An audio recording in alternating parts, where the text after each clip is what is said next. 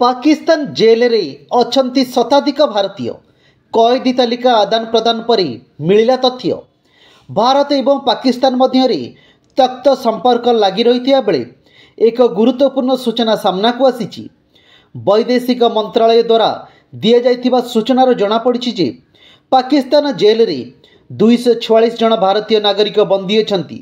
सेमानक मध्यरु 53 जन साधारण नागरिक एवं 193 जन भारतीय मत्स्यजीवी।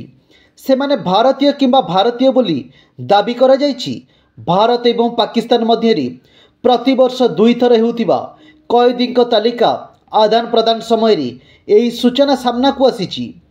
वैदेशिक मंत्रालय एक सरकारी विवृत्ति एने जनापड़ी 2008 रे भारत और पाकिस्तान मध्य एक कूटनीति स्तरीय चुक्तिनामा स्वाक्षरित होता। यह अधीन प्रतिवर्ष जनवरी 1 एवं जुलाई 1 रे जेल रे बंदी थिबा उभय देशर कैदी तालिका आदान प्रदान होता है। उभय देश मंगलवार परस्पर को कैदी सत्यतम तालिका हस्तांतर करछंती। पाकिस्तान भारत को देइथिबा तालिका अनुसार वर्तमान सेठाकर जेल रे 53 जन साधारण भारतीय नागरिक एवं 193 जन मत्स्यजीवी बंदी अछंती।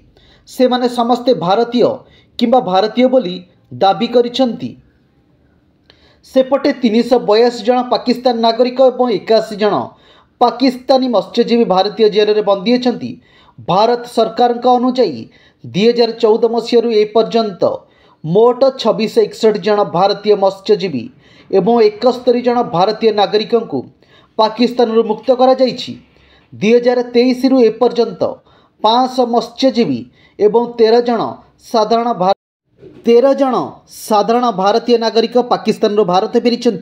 तेबे यही समस्यार प्राथमिकता भित्तिरे समाधान करने को चाहूँगी सरकार। फल निर्दोष लोक मैंने वर्ष वर्ष धरी